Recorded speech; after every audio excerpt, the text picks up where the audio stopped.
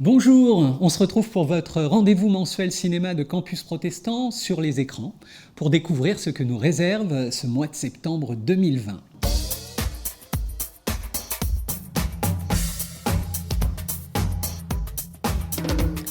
Avec cette rentrée masquée et les règles sanitaires en place dans ce contexte si particulier de la Covid, les salles de cinéma tentent au maximum des propositions attractives avec les quelques films qui sortent. On recommence ainsi à avoir des comédies françaises, quelques rares films de studios américains, et puis heureusement, de jolies propositions alternatives, cinéma du monde et d'auteurs, souvent de belle qualité, et puis abordant des thématiques importantes avec sensibilité, et c'est ça qui nous intéresse ici. C'est pourquoi j'en ai choisi 3 plus spécifiquement ce mois-ci, des sorties de ce début septembre d'ailleurs, et je terminerai avec une autre suggestion, et puis enfin une série. Antigone au cinéma. Alors je vous le dis tout de suite, ce n'est pas du théâtre filmé, mais bel et bien un film contemporain. Plus précisément, il s'agit du 5e long métrage de la scénariste, réalisatrice et directrice de la photographie québécoise, Sophie Desraspes, qui adapte ici donc et modernise librement l'œuvre de Sophocle en transposant les personnages de la tragédie grecque dans les rues de Montréal. C'est la souffrante question de l'immigration qui est au cœur de sa proposition. La réalisatrice y dresse le portrait saisissant, je dirais, d'une famille en crise, un récit héroïque sur la loyauté entre frères et sœurs, et puis une mise en accusation virulente d'un système d'immigration et de justice qui fait la part belle à l'ordre public, mais manque tellement d'humanité et de compassion. Antigone reprend les thèmes centraux de la pièce originale, c'est-à-dire la famille, l'exil, le pouvoir de l'État et le sacrifice, pour refléter les luttes de cette famille d'immigrants algériens de première génération au Canada. La formidable performance de l'actrice Naïma Ricci dans son 2e rôle au cinéma, avec un saint mélange de naïveté et de férocité, apporte un éclat particulier à Antigone, ce personnage central du scénario. La voir passer de la naïveté et de l'idéalisme à la désillusion, non seulement avec le système judiciaire d'ailleurs, mais aussi avec sa famille, est franchement déchirant. Antigone, en ce mois de septembre, c'est bien sûr un bon moment de cinéma, mais c'est aussi ce que j'appellerais une expérience de conscience et finalement une nouvelle tragédie percutante pour les temps modernes qui tombe franchement à pic actuellement. Comment tu fais? Comment tu fais pour aimer ton frère? Je l'aime. C'est tout. Remember Me, une jolie histoire sur la vieillesse, les souvenirs, la maladie et l'amour, misant sur l'honnêteté émotionnelle et un casting de premier choix dans lequel, une fois de plus, émerge si brillamment le fabuleux Bruce Dern.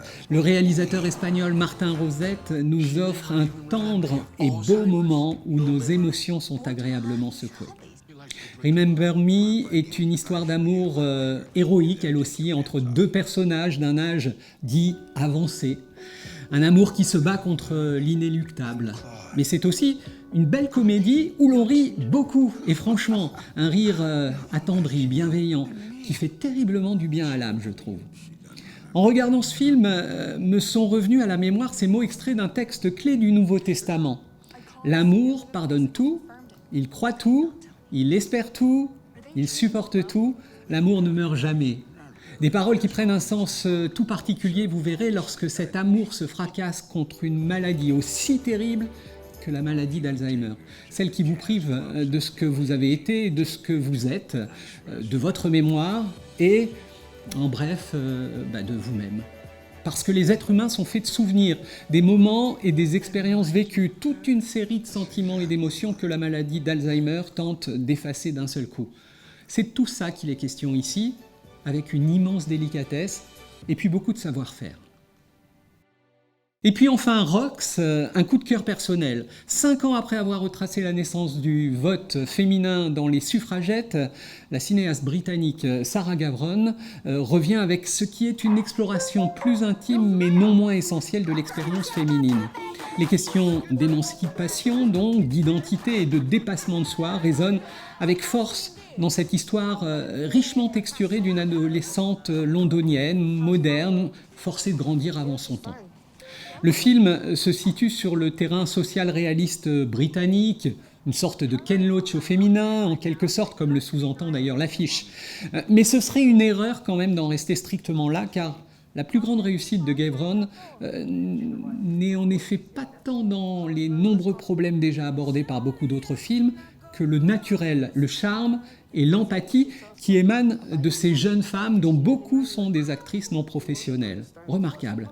Une immersion au sein également de diverses communautés issues de l'immigration, et Rox nous emmène ainsi chez ces gens pour voir les différentes manières de vivre, pour voir comment se joue leur dynamique familiale, pour voir aussi les relations entre les différentes générations. Alors bien sûr, à première vue, les femmes blanches qui se battent pour le droit de vote à Londres en 1912, dans son précédent film, Les Suffragettes, n'ont pas grand-chose en commun avec les jeunes femmes de couleur qui interagissent en tant qu'amies et ennemies dans le Londres d'aujourd'hui.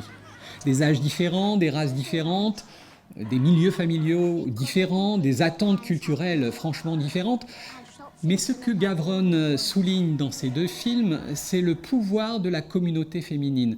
Des femmes qui lient leurs bras, leurs mains et leur corps dans la poursuite d'un seul but, qu'il s'agisse des droits civiques ou de survivre, plus simplement, au lycée et poursuivre ensuite sa vie. Ce n'est qu'une question d'échelle. Voilà enfin, plus rapidement, une suggestion disponible dans les salles, cette fois-ci à partir du 23 septembre. Blackbird, remake du drame danois Silent Heart, qui raconte l'histoire d'une famille qui se réunit un dernier week-end pour faire ses adieux à la matriarche, Lily, dans un vaste domaine de la côte nord-est américaine. C'est une histoire de mort, mais aussi d'amour, de compréhension de la famille, et puis de la capacité à pardonner même face à une grande douleur.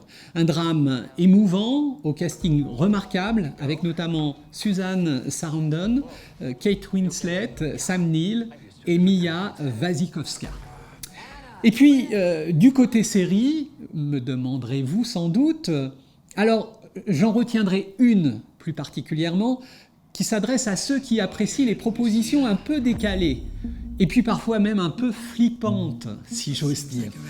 Netflix mettra sur sa plateforme à partir du 18 septembre Wretched, la nouvelle série signée Ryan Murphy, lassante à souhait et révélant qu'on ne naît pas monstre, mais qu'on le devient. Voilà. Sur les écrans, c'est fini. Rendez-vous maintenant le mois prochain sur Campus Protestant. Et à vous tous, bonne toile, regardez, prenez du plaisir et méditez sur ce que vous aurez vu. À bientôt.